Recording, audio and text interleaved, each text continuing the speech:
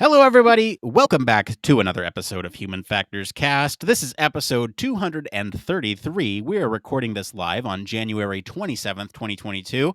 I'm your host, Nick Roome. I'm joined today by Mr. Barry Kirby. Hey there, great to be here. It is great to be here. We are fairly low energy tonight, but we will hopefully bump that energy up through the roof as we talk about the topic tonight, because it's actually really interesting. We got a great show for you tonight. We'll actually be talking about learning at twice the speed. So I'm going to talk really slowly, so that way, if you are listening to this at twice the speed afterwards, my words and Barry's words are much clearer for you to listen to. And later, we're going to be answering some questions from the community about our happiness in the field of human factors, how we organize our interview data, and we'll talk about the jump from a junior role to a mid-level role. But first, we have a quick programming note here, or a community update for you all. Once again, I'm going to plug our Human Factors Cast Digital Media Lab. We have a lab where we are experimenting with different media for digital outputs. So what that means is we are experimenting with blog posts, podcasts, different ways to interact with the human factors community online. If this excites you, if you have ideas, please reach out to us. We are always looking for more people to join this lab, and we've kicked off 2022 with a couple really interesting work threads, so stay tuned for that. But we know why you're here. You're here for human factors news, so let's go ahead and get into it.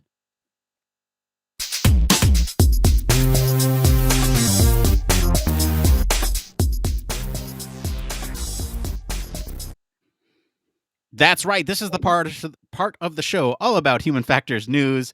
Barry, what is our news story this week? So this week we're talking about how much do students learn when they double the speed of their class videos. So recorded lectures have become a routine part of course instruction during the COVID-19 pandemic. And college students often try to pack more learning into a shorter span by watching these recordings at double their normal speed, or even faster. But does comprehension suffer as a result? According to a new UCLA study, the answer is, surprisingly, no, up to a point. The study has shown that students retain information quite well when watching lectures at up to twice their actual speed. But once they exceed that speed, things then get a bit blurry. So the strategy of speeding up videos may not be effective with the especially complex or difficult course material, the researchers noted. So Nick, are you a double speed consumer or are you a single track person? I am a double speed consumer. I listen to everything, if I can, at a higher speed. And this is largely because I value my time. And when I consume these things, I want to consume a lot of it. And so when I listen to podcasts, it's at twice the speed or sometimes slightly higher. It really depends on the hosts of the podcast. And we'll talk about our experiences, but yes, I am a more than one times speed person for everything. Barry, are you a more than one time speed person? No, I'm not. I'm a single speed, mainly because I find that there's a level of depth that you lose. I want to get engaged with the host, with them, and what is it, their nuances and things like that. There's a level of richness there that I think you lose when you speed up. And fundamentally, I just think it sounds a bit weird. I just don't. I just think that the sound just doesn't work for me. Something about this article as well is that I also wonder, but what about the other side of the equation, the lecturers or the people who are making that sort of stuff? If so you're listening to this at twice the speed, you're only getting half as much of us. Is that quality for you? I don't know. So yeah, I don't know. I think I've never actually tried it that much in terms of getting stuff in. So maybe it's something I need to experiment with to see whether it works. But fundamentally, if we pair this back, is this actually a thing? Can you actually learn this quickly? Can you give us some insights around the e-learning maybe? Yeah, so I want to quickly jump on one of your points really quick here. So I think you mentioned the medium and sort of what the, I guess, creator thinks of people enjoying their content at twice the speed. For something like a podcast, we put this on every week. I don't care if people listen to this at two times the speed. In fact, I encourage it because we sit here for an hour, and if you can get that done in half an hour, then you are getting our full conversation about today's latest news in a half an hour, and that's your time for something like where maybe you're not learning or you are just enjoying something. So like a television show or a movie, that I can see being a little bit more strict with.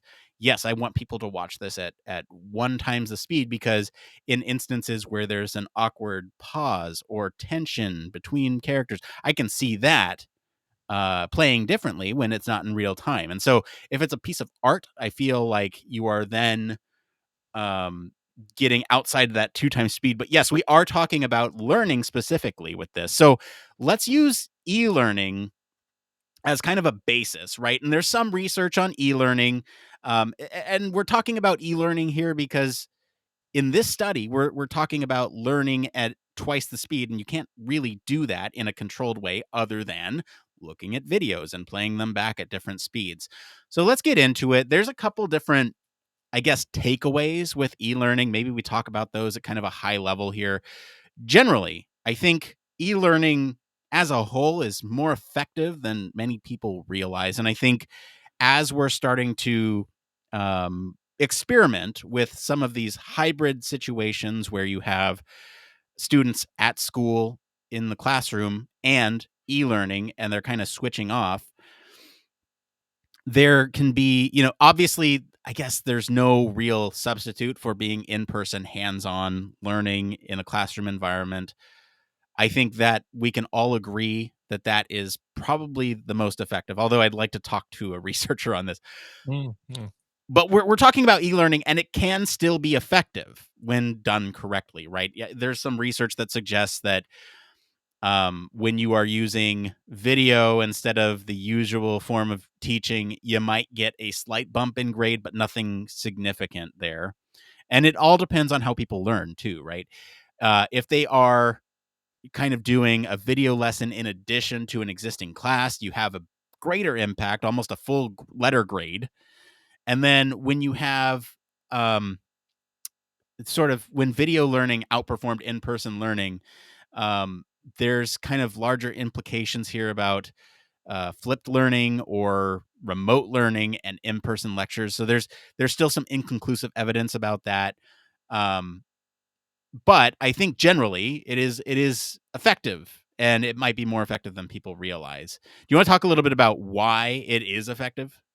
yeah, I mean, it's interesting because I did some lectures more recently, and I did the same course. I think we might have mentioned on a previous episode. I did the same course twice. I did one in person and then one remote. And it was interesting that the ability to engage people in person on that topic was easier than doing that online. But then when speaking to the lecturer, he was very much in favor of some of them. Some of the things that they just know that they have to get some of the facts, some that is easier to do and more consistent to do via video than it was him standing up and giving that lecture time and time and time again, because he was affected by all sorts of things. If he was having a bad day, then his own energy didn't go into the learning the same way. So, but in terms of why is video learning effective, as long as you've got the learner there, they can control the learning material. They can work at the pace that they want to. They can, if they want to miss something or they don't get something, they can go back and refresh it, or they can, as we've talked about, maybe consume it faster than anybody else. Um, and also, there is research that suggests that humans are hardwired to learn best when they're looking at both auditory and visual information and be able to correlate them together. Um, there is that question around, can video learning be effective for teaching skills as well as facts? So skills, obviously, we talked about muscle memory and things like that. Um, so, but they do think that video learning is effective for teaching more complex skills and behaviors. Do you want to talk about this next point? Because I have no idea what a K-12 student is. Yeah, we'll get to that in just a minute. I want to break this point down a little bit. Have you used e-learning to sort of, I guess, learn a skill? Like watch I'm a trying to think YouTube of the. video to like for woodworking or something? Yeah, I have, but I don't know whether it's. I was trying to think about this because at the moment certainly consume a lot of things on like forging, which I haven't done yet, but the woodworking one, there's the John Malecki YouTube channel, and I watch a lot of his stuff around how, because he's very good at teaching, I think, or explaining how he does stuff. And I was trying to just whilst we were talking about this, I was trying to work out, am I just picking up the general things as an instructional video almost about what he's done and the steps he's taking, or am I taking on board the skills he's doing about how he does stuff?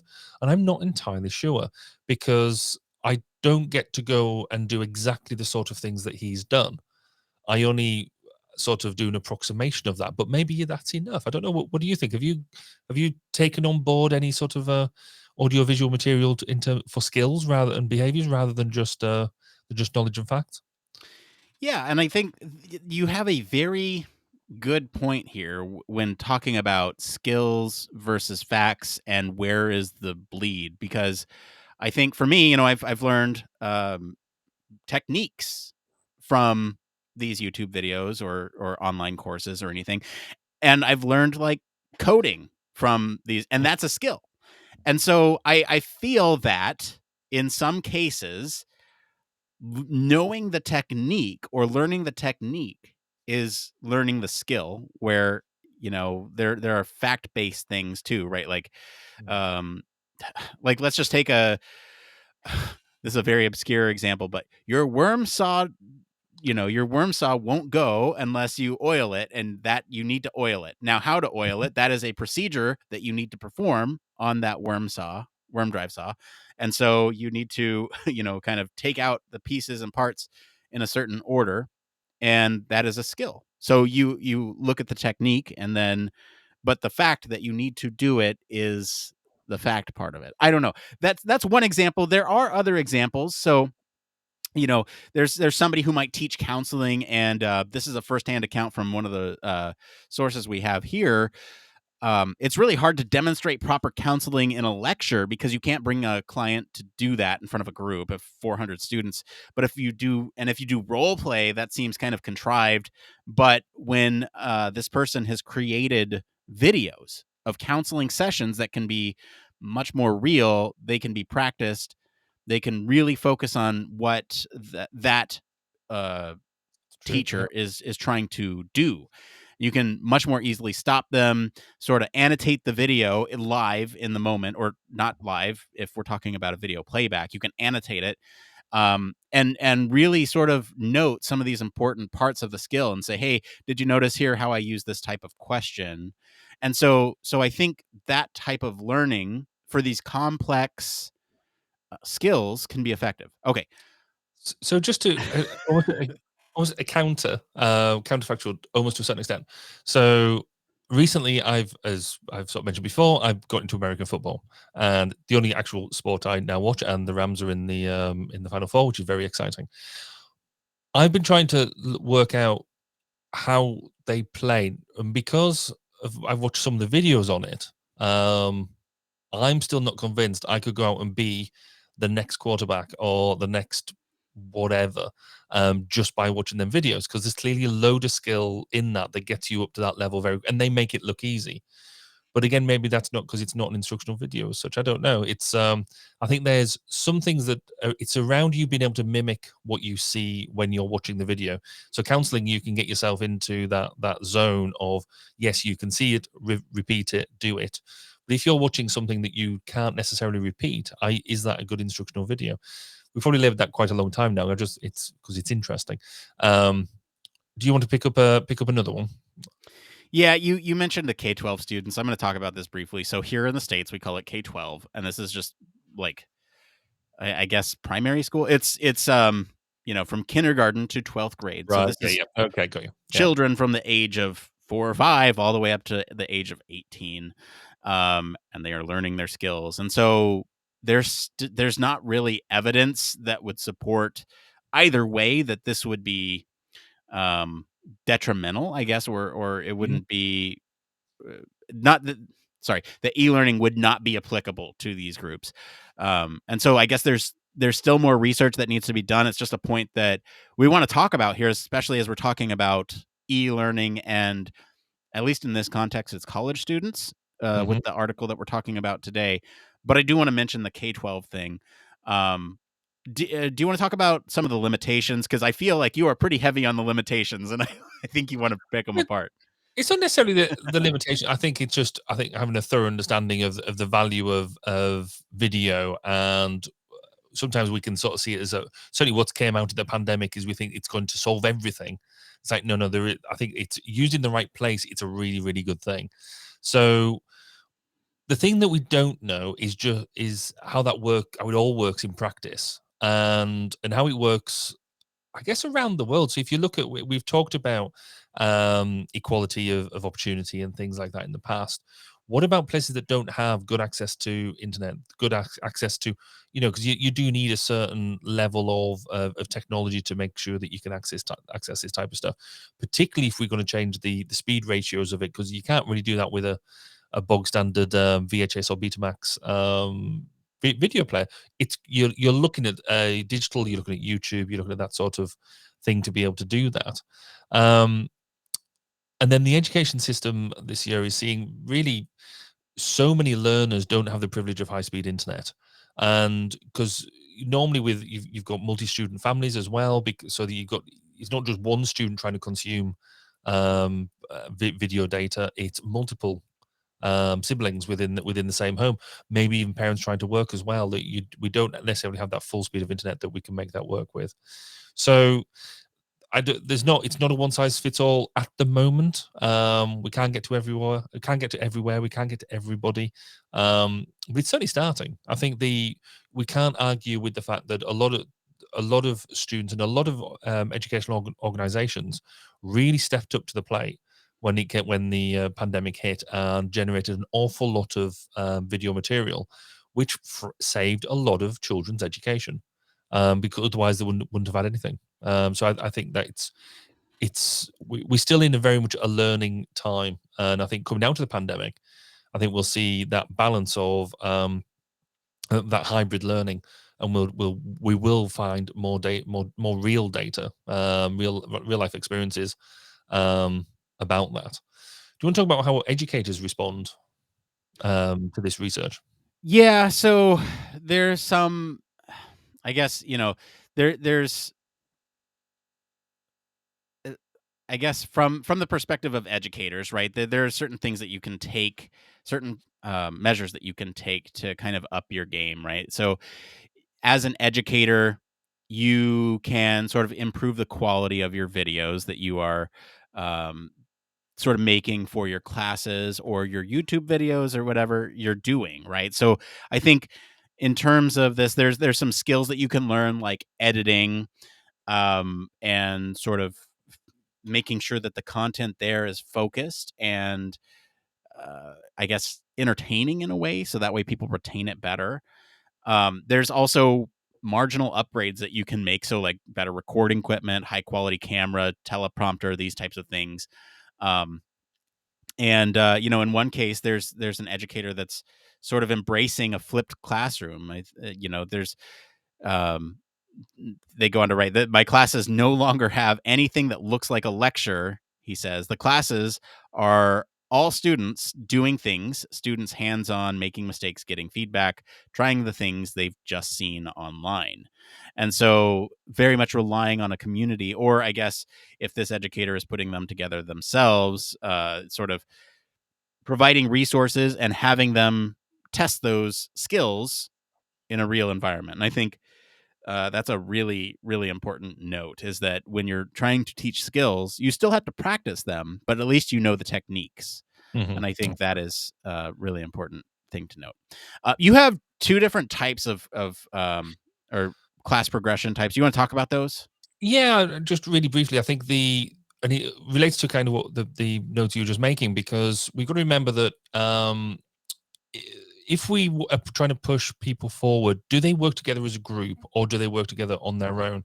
So there's, in sort of educational terms, there's this idea of variable mastery fixed time, or which really means that you've got a fixed period of time to get across a certain amount of content, and the group or the individuals will take on a certain amount of knowledge. So the mastery will change. They'll get to a minimum standard. Some will become better than others. But the main thing around that is that it's the time that's fixed. So you're with it for a term, 2 terms, 3 terms, whatever. The flip side of that is actually you can work on your own, and you're aiming to get to a certain level of mastery, so a fixed mastery, and you will stay in that course for as little or as long as it takes for you to do that. Um, and so that's fixed mastery variable time.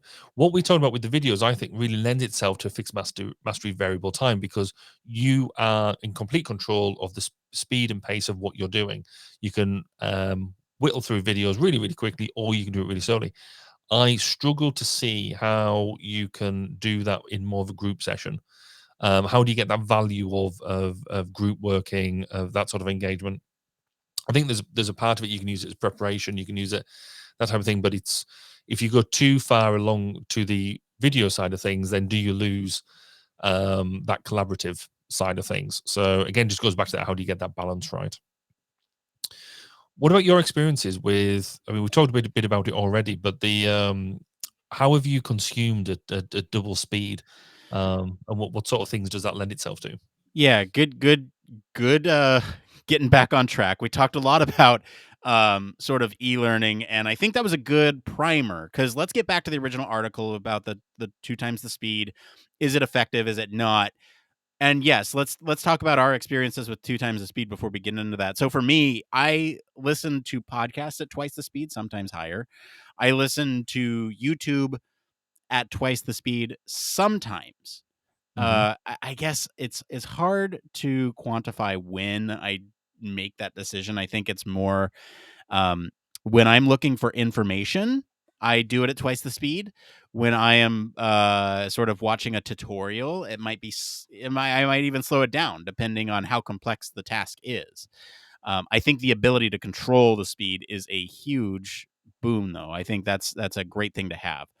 Um, I haven't done any online conferences or online classes with this, but I have done things like conferences, and that's also something where I will go back and watch at twice the speed. It is information that I am taking in, and there's no live component on a pre-recorded thing, and so I'll go back and watch it at twice the speed. It doesn't bother me. You have a couple examples here too. Do you want to talk about what you use 2 times speed for, if anything? Well, yeah, I also sort of use them examples of things I don't. So again, sort of podcasts I do at single speed, because I think it goes back to what you said almost right at the beginning. Is that I almost consider them. It's not just knowledge; it's the art form. And I think there's a level of that type of thing. So one of the things I'm trying to do at the moment is learn Welsh. And I couldn't do that at twice speed, even if I want. I can barely do it at single speed. But that ability to control stuff is really useful, because again, you just mentioned about slowing things down. Being able to control that sort of thing in Duolingo is has been really, really useful. The other bit I was sort of playing around with it was, how do we deal with things on hybrid? So I'm going to be going to do a lecture in a couple of weeks to the engineering community, and they've just dropped it on me that it's going to be a hybrid. So I'm going to be sat doing a live stream, but also there's going to be people in the room as well. So that's almost going to be quite hard for them, because for the people who would want to consume it faster, then they just won't be able to, because we having to keep the speed the same, because I'm also presenting it live to a live audience. And I'd be interested in your thoughts on that, whether we should be bothering with the whole hybrid stuff at all, or should we be doing it twice, or do it live and then release it as a thing. Yeah, I mean, for me, look, my ideal scenario, since there are Zoom calls that are recorded all the time now, is you let the Zoom call happen unless you need to be there for input, and then Mm. you watch it afterwards, right? Like, that is kind of how I operate for certain calls, right? There's calls where I don't need to necessarily be involved with the discussion, but I want to be aware of that, and so Yeah. I'll watch those after the fact at twice the speed, and that saves me time because I'm still consuming the whole thing. I have time for other things now. I didn't have to sit through the whole thing live. in terms of, your example, I think for the people, if it is recorded, then the people who want to be there virtually just listen to it afterwards Mm. at twice the speed. But that's my thoughts on it. Now let's get back to this article here. I thought maybe we could glance over some of the studies, how they did this exactly, and kind of what the difference is between them. So I'll start us off here. This is done at UCLA, so kind of general college student population, right? Basically, 85% of UCLA students surveyed reported they speed watched lecture videos. And so the researchers kind of engaged them on a series of experiments to see how these fast speeds engage or sort of affected learning and knowledge retention. In the first experiment, they kind of looked at 231 undergrads into 4 groups. They had them watch 2 videos that were 13 to 15-minute lectures, one on the Roman Empire, another on real estate appraisals. One group watched at normal speed, one at 1.5 times the speed, one at double speed, and one at 2.5 times the speed. And they were instructed not to pause the videos or take any notes. So already it's kind of an artificial environment. That's kind of one of my observations. So after these viewings, they kind of looked at comprehension tests to see how much they understood from them. 20 multiple choice true or false questions. Normal speed group averaged about 26 correct answers out of 40. Double time group scored about 25. So it's about the same as the 1.5 speed group. And then for the 2.5 speed group, they didn't do well. They did 22 questions correctly on average. So I guess the significant difference is anything above 2 is where it starts to decline. Mm-hmm. Do you want to talk about this next part here? Yeah, so the interesting bit about that was then a week later, the same groups were given different tests related to the 2 videos to assess what they'd retained. So then the normal speed group averaged 24 out of 40, the 1.5 speed and double speed group averaged 21, and the 2.5 speed students averaged 20. So surprisingly, video speed, we can see, has had actually little effect on both immediate and delayed comprehension until learners exceeded twice the normal speed. So that's quite an interesting piece. I mean, actually, overall, what maybe is a thing that they don't mention is actually they're still not getting very high scores anyway. Out of 40, they're still only getting around half of them, or just over half of them correct. So maybe that's the choice of subject, the Roman Empire and real estate appraisals. Yeah. Maybe if it was the Star Wars trilogy, it might be different. But they also looked at a few other bits as well. I don't know whether you want to quickly mention the other bits that they looked at. Yeah, so they looked at some other combinations, I guess, of speed watching and normal speed viewing of these 2 videos. Again, I just want to mention that none of these are being compared to in person. That's not what we're looking at here. We're looking at just whether or not online learning can be affected by this. And so I'd imagine in person you might see a slight bump to those answers. That's just 2 cents. So they looked at sort of the twice at double speed, once at normal speed. So they kind of had one group of students watch the videos at double speed twice in succession, and another watch them just once at normal speed. And both groups answered about 25 out of 40. So there was no difference watching it twice at 2 times speed or once at normal speed. You're getting the same content twice at 2 times the speed, which would indicate that maybe there is, some additional information that's being taken in there. There's another experiment that they did where they watched the videos once at normal speed while another viewed them initially at double speed, then a week later at double speed again. And then when tested a week after that, the first group that watched the videos, and shortly after the second group viewed those videos a second time, the speed watchers performed better, averaging 24 out of 40 versus 22 for the one-time normal group. So I don't think this is a significant difference there, but still interesting to note that the double speed is performing well. You want to talk about the switching speeds portion of the study? Yeah. So a group that watched the videos at the normal speed, then at double speed, scored slightly better immediately after the viewings than a group that watched at double speed and then normal speed. So 26 versus 24. So not statistically significant, but interesting. when the other two groups followed the same viewing procedure and were quizzed a week after watching, they both scored 25. So actually, the longer term retention was exactly the same.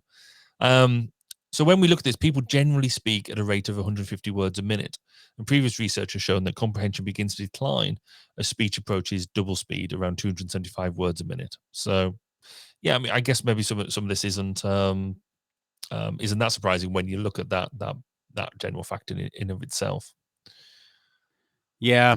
One kind of last note from me over here. So this is actually a note from the researchers here. They said they were surprised and impressed that students could learn and retain this knowledge at faster speeds. And they kind of sent a quote here. College students can save time and learn more efficiently by watching pre-recorded lectures at faster speeds if they use the time saved for additional studying. So that's the key here, is that you are saving time, but you should use that to bolster what you've learned, right? Um, but they shouldn't exceed double the normal playback speed. Their study didn't reveal significant drawbacks to watching lecture videos at up to double the normal speed, but they caution against kind of using this strategy to simply save time. Students can enhance their learning if they spend the time saved on activities such as reviewing flashcards or taking practice tests. So again, it's kind of how you spend your time. So you kind of get the content and then you use that remaining time that you would have had to bolster it. Any final thoughts on this, Barry, before we move on? Yeah, I guess final thought for me really is it would be interesting to know just how mentally fatiguing this is. So if again, just going on that bit about around time, if you consumed it at twice the speed, therefore I would think that you're mentally having to work harder to comprehend what's going on. Do you need it to use that extra time to then recover from that? It'd be interesting to do, I guess, mental workload analysis on that as an outcome. But fundamentally, yeah, if we can identify those bits that are really good for video learning and get that information across, then let's make the most of the technology. I'm in. Yeah, if you've been listening to this at twice the speed, let us know how that went in the comments or in our Discord or wherever you can get to us. But for now, I want to thank you, our patrons, this week for selecting the topic. It was actually tied on Twitter, so our patrons selected this topic for this week. And thank you to our friends over at UCLA for our news story this week. If you want to follow along, we do post the links to the original articles on our weekly roundups on our blog. You can also join us, like I said, on our Slack or Discord for more discussion on these stories. We're going to take a quick break, and then we'll be back to see what's going on in the human factors community right after this. Human Factors Cast brings you the best in human factors news, interviews, conference coverage, and overall fun conversations into each and every episode we produce. But we can't do it without you. The Human Factors Cast network is 100% listener supported. All the funds that go into running the show come from our listeners. Our patrons are our priority, and we want to ensure we're giving back to you for supporting us. Pledges start at just $1 per month and include rewards like access to our weekly Q&As with the hosts, personalized professional reviews, and Human Factors Minute, a Patreon-only weekly podcast where the hosts break down unique, obscure, and interesting human factors topics in just 1 minute. Patreon rewards are always evolving, so stop by patreon.com/humanfactorscast to see what support level may be right for you. Thank you, and remember, it depends.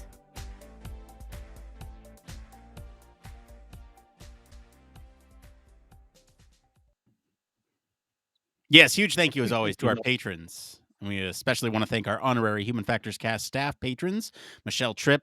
Patrons like you keep the show running. Thank you for your continued support. I want to jump into Human Factors Minute. So this is something that we do for our patrons. And this is something that I have a ton of fun producing on my end. This is like the little commercial there said. It's a standalone podcast where we break down interesting, obscure human factors topics 1 minute at a time. We have 100 as of this recording. We have 107 episodes. Total time available for people to listen to is about 2 hours and 8 minutes and 3 seconds. The average length of episode is about 72 seconds. So you're actually getting a little bit more than a minute a week. And just a couple notes here. The first 10 episodes are available to everyone, as well as the Team Seeds minutes that we did as part of the Team Seeds effort last year. Those are available to everyone for free. You can check out our Patreon to see those. Human Factors Minute's also on Spotify. If that's something that you want to do, is pay for it through there. I don't know why you do that instead of Patreon. Makes no sense to me, but it's available. You can do it. And it is the exclusive way to hear Blake's voice at this point. We're still working on getting him back soon. Bear with us. But it is the only place you can hear him for now because it's pre-recorded. It's not live. So you can hear him there. And Barry, we got to get you on some of those Human Factors Minutes, man. You're a permanent fixture of the show now, so we got to get you rolling. All right. Like I said, thank you to our patrons. If you're interested, check it out. Anyway, let's get into the next part of the show. It came from.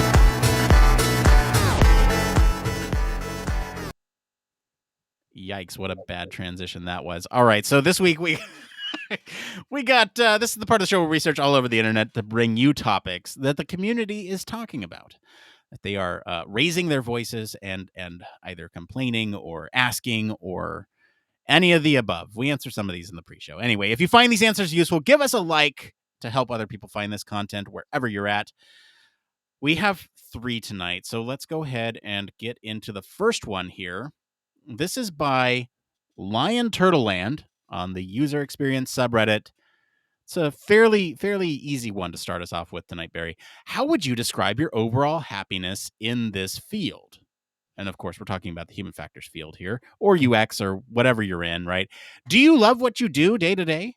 Do you have a good work-life balance? So, do I love what I do day to day? Yes, I absolutely do. I'm very lucky that I can basically running my own business. I can focus that business in exactly the way I want. I can do the tasks that I enjoy doing, and I can delegate the stuff I don't like doing. That's brilliant. Do I have a good work-life balance? Absolutely not. I am absolutely rubbish at this. I'm very good at telling everybody else to make sure they take holidays, they don't work too hard, they take the appropriate time off if I think people are getting stressed out. I'm very good at telling other people that they need to be able to chill and all that sort of stuff. I'm really rubbish at doing it for myself. So yeah, in short, yes, I love what I do. No, I don't have very good work-life balance. What about you, Nick? Well, hang on. There's a third question there. Are you happy? Oh, am I happy? Oh, yes, absolutely. And I think that's where the privilege is, isn't it? It's one of the things I think we are very lucky in working in this field is we have an opportunity to get involved in any project that really, because every project involves people, and we can normally it's very rare we cannot make a positive difference to a project or a product or a service. So it's always good to be able to go in and be able to see tangible change because you've gone in and you've done something. So yeah, I think I'm generally very happy with what I'm doing. Yeah, for me, in the past, I've worked with personalities that have been difficult to sort of work with, kind of expecting the impossible and had really poor planning. And so, in that instance, where you are working with individuals that maybe don't play to strengths of employees, I think that can be a situation where you can be unhappy. This is a field where I think you can be happy with what you're doing, provided you do have that good work-life balance and you do love what you do every day. Right now, I'm fortunate enough to be in that position. I do have a great work-life balance. I think, my employer gives us, every third Friday off. So that way it's a wellness day, and they kind of make sure that we're taken care of. Really good insurance, that kind of thing. So like the personal life is great, and it's flexible. I can step away from the computer as long as I don't have a meeting and get back to it later. And so I can kind of spend some time with my son during the day, which is invaluable. I love that. I love being able to spend time with my son. And then I can get back to work at night when everyone else is, asleep, and I can sit there and knock away some of these things. As long as I don't have meetings during the day, I can do that, right? In terms of loving what I do love what I do. I think I nerd out about data every day. And I nerd out about talking to people about what they do on a day-to-day basis. I love learning about the domains that I work in, and I love you have to have this sort of continuous love of learning and sort of a continuous evaluation of what you know, because it always changes and the field changes and you have to be with those changes. So overall, super happy. But I have been in the situation where you can be unhappy, and that's not great. So just know that happiness is out there, and if you are unhappy in your role, maybe explore other options. That's what I'd say. Okay, let's get into this next one here. How to organize and share interview data. This is by Baranam2 on the HCI subreddit. What would be the best way or best tool to analyze and share quantitative survey data? I have data from 40 people and questions and answers from 3 different surveys. They were each given. I want to sometimes view the data of all 3 surveys for one particular person and then view how all 40 people are answered a certain way. So they're asking for a very specific answer here, but I'm going to broaden this and say, how do you organize your data generally? Do you have one spreadsheet? Do you have many spreadsheets? Do you have, like, what's your process, Barry? Well, I'm going to coin the phrase of, well, it depends, doesn't it? In the grand scheme of things, I think Excel is, certainly for sharing data, is my go-to tool. I know that there's very, much more sophisticated tools out there, but when you can play with the data, generally, one core sheet. Well, I say one core sheet with all your main data on it, and then use other sheets to then slice and dice the data. And certainly being able to then have different sheets with your different charts on. So try and cluster the similar charts together, but have your filters on the charts. So then you can really look at that and play with it. The more prep you can do in the background, and the more you can structure the questions so you can analyze them easier later on, the more effort you put in up front, the better the outcome is. So, I mean, obviously, from this question specifically, they've already done the data questionnaire, but the more prep you can put in beforehand will just give you massive outcomes. And the beauty of a good pivot table and a good pivot chart, it will work no end of wonders with it, because it just allows you to go into so much depth, I think. What about you? What's your go-to tool of choice when you're doing this type of thing? Like you mentioned, it depends. I'm doubling down on merch tonight, so I have my It Depends shirt under my Human Factors cast sweater. Bring that up. Okay, so in terms of how I work, so I think there's some interesting questions about this, and there's some, I guess, parameters that you need to understand before you consider what constitutes I guess, an individual Excel file, right? I'm also an Excel person, although I have used Google Sheets, and I kind of am slowly switching to Google Sheets just because I have access to it everywhere. It's a little bit easier to navigate mobilely.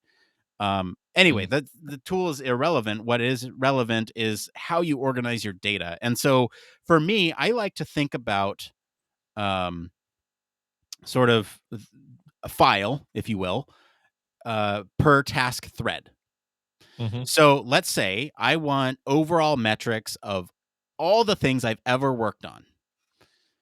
Well, I might capture certain data about that, like where it was, who we talked to, how many users we had, where I said where it was, so some of these overall data points. And then I think that might be one task thread. I'm not capturing all that data from every single thing and putting it into one sheet. That's overkill. But let's say, I'm talking to users from a specific, I guess, group. That might be too resolute. I think what I would do is kind of combine, like, let's say I'm doing a research thread of like figuring out what the best user interface for something would be. Pretty broad Right. by design. Yeah. But multiple user groups interact with this interface. I'm gonna put it all in one spreadsheet. Yeah. And I think just being able to sort and filter by the user group, is going to be enough to get me the data that I want and compare across those user groups as well. It's going to be all really relevant as long as the tasks kind of match what you're looking at for that research thread. Once you go beyond that research thread, I would open up a new file and do things there. I don't know. It's hard to. This is a good question because it's hard to quantify from a research perspective what constitutes a new spreadsheet. It is, because I'm quite a fan of just for not data protection, but for making sure I don't lose the data. So I don't mean data protection in terms of like GDPR and that sort of stuff, but I mean just I don't want to lose the core stuff. I tend to put all of my core data that I've received into one sheet, into one file, so multiple sheets within the same Excel file, raw data, all of it in there.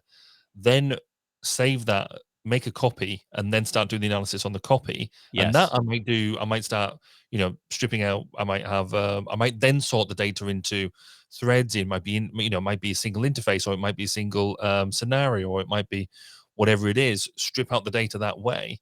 But I will always have a what I generally call my my safety belt.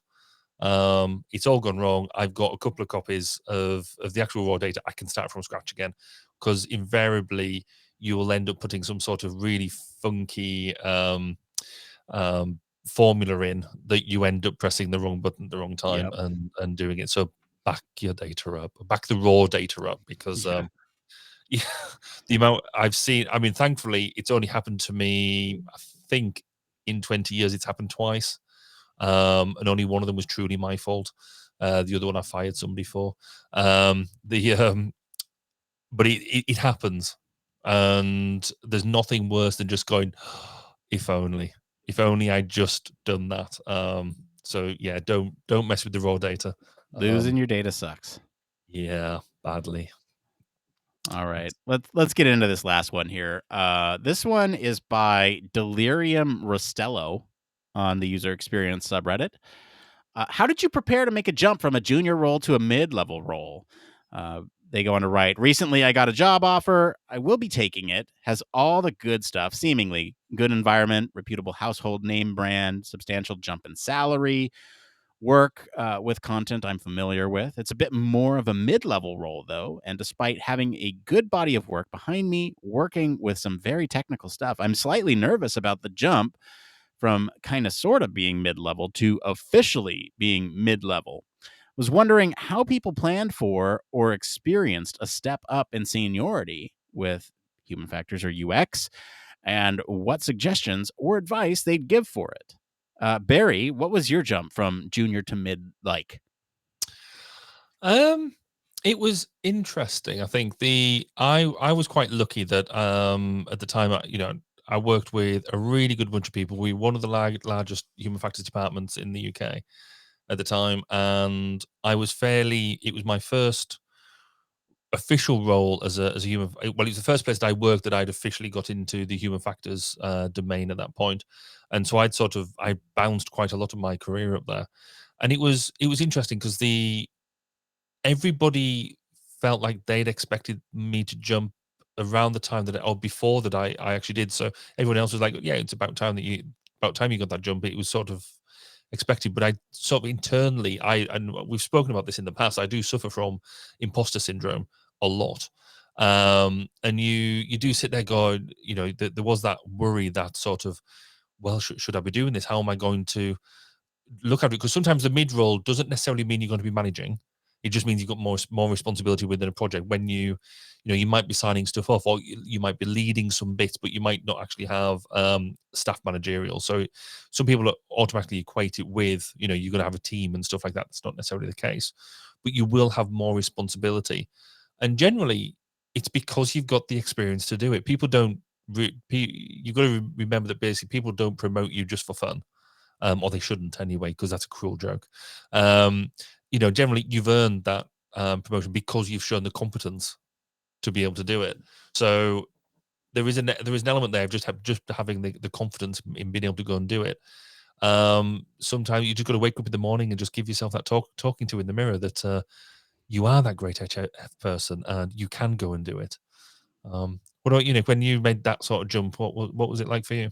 You can do it. I think, okay, so there's two, I guess, pathways that I can see that someone might be able to get to that mid-level from a junior level, right? You have sort of promotion or soft promotion within a company that you've been working at, kind of moving up the ladder. And then you also have sort of the jump from one company to another, but you're jumping up a level. And I think one is inherently more difficult than the other. I think the jump from company to company is going to be the more difficult option. So I'm going to talk about the easy option first. And this was my experience. So it very much happens naturally in a company where you are sort of putting forth your work. And what happens is they see your work and they say, okay, now I want you to tackle this aspect of a project. And that is really sort of the mid-level role. I think you sort of enumerated it quite splendidly. There's sort of, you're not managing people, you're managing a part of a project. And whether that's like a task, a part, sort of an investigation into a piece of a project, you're still responsible for that. When you're taking on those responsibilities, you're no longer a worker bee. You are now sort of taking that ownership of that thing. And there are consequences when you don't take ownership of that thing. That to me is mid-level. And that's easier to do when you're in a company and you have people that understand your skill set and can evaluate what you are sort of capable of tackling for that mid-level. Now let's look at the other direction, right? This is jumping from a one company to another, but in that jump, you are moving from junior to mid. And this is a little tougher, but I think it's still doable, right? I think there's, again, I think, Barry, what you said is perfect. You know, they're not going to hire you unless they think that, you're capable of doing the job. And so as long as you've been honest in the interview process and you think it's a good match, I think, there shouldn't be any issues. Really, you're going to be either taking on parts and pieces of the project. You're no longer just a worker bee. Now you're sort of a manager of pieces. And then, once you start getting to manage people, that's where it gets a little difficult. Because that's even more senior level, is when you're managing people and processes and taking ownership of entire projects. It's that's a different jump and maybe a story for another day. But any other closing thoughts on that one, Barry? No, I think fundamentally it's possibly the most exciting jump you can make, because again you're not getting into personnel management, which I think is a whole different tool set. It's a whole different capability set, but you're getting to actually have real responsibility for bits, and you can see the return on that. You either deliver it well, or you don't, and that's quite an exciting time. You probably don't appreciate it at the time as much as you do when you fondly look back at it, but it is thoroughly make the most of it. It's a fun jump to do. Yeah. All right. Well, let's get into this last part of the show. This needs no introduction. It's one more thing. Barry, what's your one more thing this week? Well, it was an interesting thing for me this week. So throughout the year we have to do, I guess, as all of us professionals have to do, continuing professional development. So you record all the activities you've done in the year, your learning you've done, and through the CIHF we get hours assessed, and you get you have the profile the amount of learning you've done, and you've reflected on it and all that sort of stuff. Brilliant. And even though I'm an assessor, so I assess other people's CPD as well, I still get that nervous moment. So we have to submit it all by New Year's Eve. Submit it then, and you've got January gets assessed. You still have that nervous moment of what happens if I haven't done enough? What happens if whoever's reviewing my stuff has thought that just doesn't stack up? Anyway, I got my email, and thankfully for another year, I've passed. I've pulled the wool over their eye. No, I've done sufficient amount of CPD to make that work. It should lead me to a question, actually, because I know in the UK we've got with the CIHF, it's a chartered body, so we are chartered ergonomists, and a very great story behind that. It's brilliant. But actually, do you think chartership means much outside of the UK? Because HFES isn't chartered, so you don't become a chartered member of HFES. Does anybody care? I don't. What do you think? I've never heard of it. And honestly, if I Yeah. saw it on a resume, I don't know if I'd pay much attention to it. That's what I was thinking as well. It's an interesting one. It's an interesting discussion to have because it's the chartership is a fairly recent thing within the CIHF. Because I'm a chartered ergonomist and I'm a chartered engineer, which is also even more rare. But in other exciting news, I'm going back to my getting 2 for 1 approach. Two more things. My took on a new member of staff this week. It was my daughter. I saw the picture on LinkedIn. I know, it was awesome. I've just worked out how to rather than recruiting new staff, you just grow them. It's much easier. You raise them. Teach them from birth to be a human factors.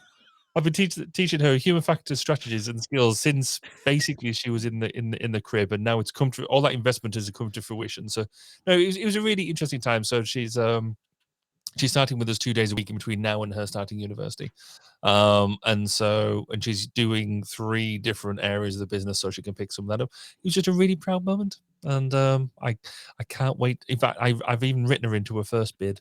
And so she's more of an artsy background, and we've just put in a proposal for an artsy piece of work. So yeah, if we get it, then that'll be quite interesting. That's awesome. So what about you, Nick? What's your one more thing this week? Well, last week, Barry, you and I had a wonderful discussion on the metaverse and what that all meant. And, one thing on my list, it's been on my list for a while. We talked about the Oculus Quest 2, right? And, well, it was my birthday this week, and I went ahead and I got one. Yay! Yeah, no, it's cool. So I'm actually really excited about it. There's now that I have it in my hands, I have a different assessment of the device than I did even a week ago. So I've been pretty positive on this device overall, and still am. I think it does a lot for convenience of VR, and the I guess markerless tracking and wireless headset is game changing. Like, I can't understate that. Now, there are some clear I'm sensing a but here somewhere. there's some clear oversights with the product. I think this is not a full review. I'm not fully reviewing this, but the strap is lacking. I feel like there's stronger straps out there on the market, and there's some other things like my glasses actually don't even fit inside this thing very well. I have pretty wide frames, and so they have a hard time fitting. So I've gone and ordered myself a couple mods for it. So I have custom lenses with my custom prescription on the way for this sucker. I've also ordered a vent fan for the top of this, so that way, as I'm getting sweaty playing Beat Saber, it'll just suck all that fog right out. And then the third thing I got was a better head strap. And this is one of those Halo head straps that kind of sits on your forehead and rests on your back. It has a battery pack on it too, so it'll kind of counterweight this thing. Yeah. And it'll tighten around my head and the back of my head, and it won't kind of leave pressure on my eyes. And so with those mods, I'm hoping that this machine becomes sort of my preferred. It already is my preferred VR device. I'm really excited about it. That's my one more thing for this week. And that's going to be it for today, everyone. If you like this episode and enjoy some of the discussion about the psychology behind learning, I'll encourage you all to go listen to episode 223. That's where we talk about how AI can improve learning. Comment wherever you're listening with what you think of the story this week. For more in-depth discussion, you can always join us on our Slack or Discord communities. If you want to chat about VR with me, I'm happy to. You can always visit our official website. Sign up for our newsletter to stay up to date with the latest human factors news. If you like what you hear, you want to support the show, there are 3 things you can do. 1, leave us a 5-star review. 2, tell your friends about us. Or 3, consider supporting us on Patreon. We're 2 people away from being self-sustainable on Patreon. You could be those 2. As always, links to all the socials and our website are in the description of this episode. I want to thank Mr. Barry Kirby for being on the show today. Where can our listeners go and find you if they want to talk about listening to this podcast at twice the speed? Well, they can go and find me on Twitter at Baz_K, or go and hit my podcast at 1202podcast.com. As for me, I've been your host, Nick Roome. You can find me streaming sometimes, likely not for mental health reasons, but across social media at Nick_Roome. Thanks again for tuning into Human Factors Cast. Until next time, It depends.